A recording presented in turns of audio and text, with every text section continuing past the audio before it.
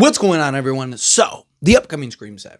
I'm curious to see what approach they take as far as like tying in the past films and kind of if there's going to be any full circle moments, if there's going to be any direct tie-ins, so on and so forth, right?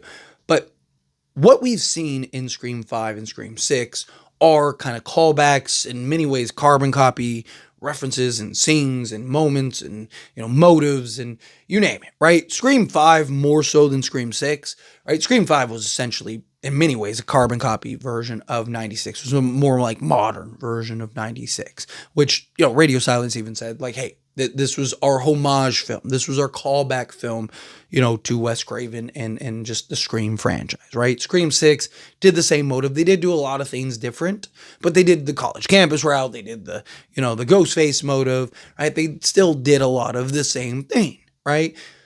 So you look at Scream 7, you're going into the third film, and it's like, are they going to do like a Scream 3 tie-in? Are they gonna do like a long lost brother thing, right? Like, I really hope that that's not the case. I really hope that that's not something that they do.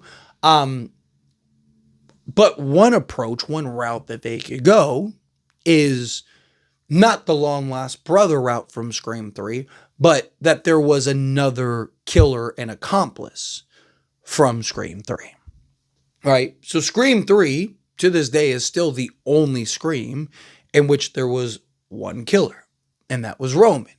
And yes, Roman was the mastermind, orchestrator, and all of that stuff. But one, just watching that movie, there had to have been another killer. Had to have. The movie doesn't make sense unless there's another killer, right? I mean, literally, Roman has the capability of faking his death, doing all his makeup, doing all this stuff, playing dead while Ghostface is running around taking out people. And then on top of that, it's like there's literal scenes where Ghostface like teleports, right? And like people go, well, he knew, the house and stuff. Like, no, it's not even just that scene. Like there's literal scenes, like even in the set, right? Like he literally teleports. Like unless he just is a wizard, Harry, it doesn't make sense unless there's another killer, right? So what you could do is you could do something where there is a full circle tie-in, full circle moment where, somebody else, maybe it's Anna Camp or another character that we're going to get introduced to or whatever, that they were the accomplice to Roman back then. And now they're here to enact the plan, the vision that Roman always had.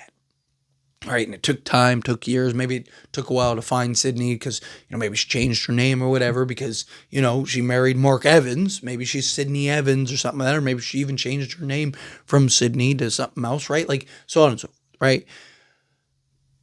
Also, another kind of argument for there being another killer is what Roman said himself when he was explaining to Billy how he needs to go about it, right? Like, and he said, like, you need to have a patsy. You need to have a fall guy, right? You need to have somebody that you can throw under the bus if you need to. But he gave all the advice to Billy on how to do this, execute it, and go about it, but he didn't follow his own advice. It's a little strange, right? Like, can't be the only one that thinks that.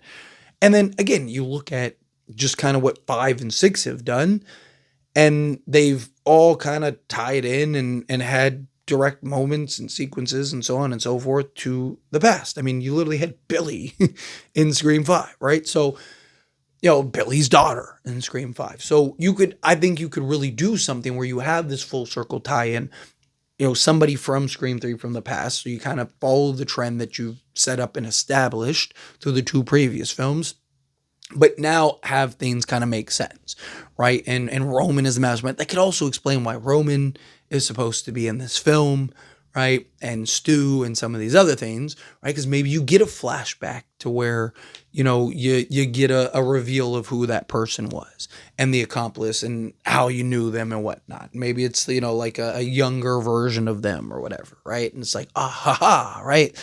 Or maybe you get a flashback to Roman and Stu, and Roman introduced Stu to his character. Or maybe it's something where Roman, gets to Leslie Mocker or something like that, right? Like there's a million ways that you can go about this, but at the end of the day, it's kind of more about creating this kind of full circle moment, having this tie in, have the connection to Scream 3 that now brings everything kind of full circle.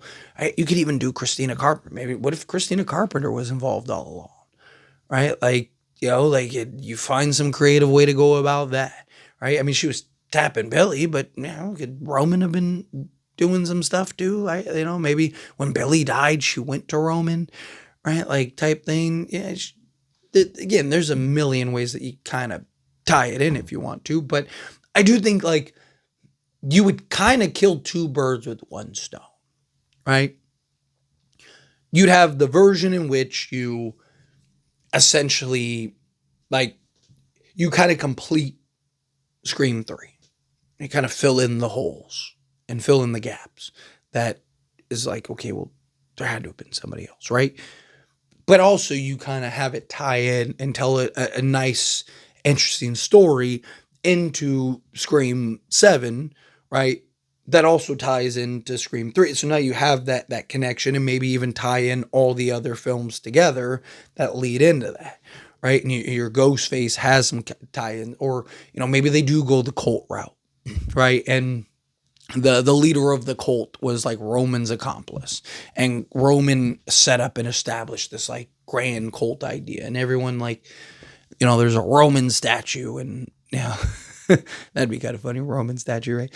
And they're just like worshiping Roman as their Ghostface deity or whatever. I don't know, right? I don't want them to get too carried away in all seriousness, but I do think that there is a version and a path of this where you could have a cohesive story, kind of, again, tie up loose ends for Scream 3, kind of make that movie make a little more sense in certain areas. I know Scream 3 is really hit or miss, people. There's a large majority that like love it and it's their favorite Scream movie, and then a lot of people that dislike it. I'm kind of indifferent on it. I don't hate it. It's not my favorite Scream movie, but it's not like, I'm not like, like that movie's trash. It's just, it's not my favorite.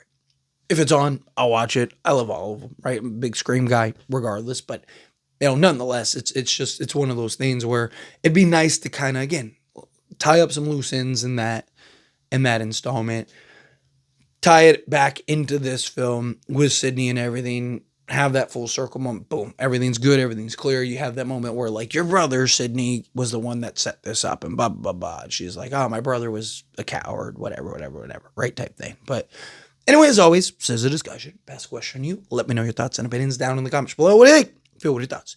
Do you love the idea? Do you hate the idea? Do you think like, yes, you have to have a Scream 3 tie-in? Do you think absolutely not? Stay away from the Scream 3 idea. Either way, I'd love to hear it. So let me know down in the comments below. That being said, if you haven't liked this video, hit that like button. Helps me a lot. We enjoy these types of videos and I truly appreciate it. Not subscribe channel, hit that subscribe button. Turn on the bell notifications. Appreciate y'all. See you in the next one. Thank you.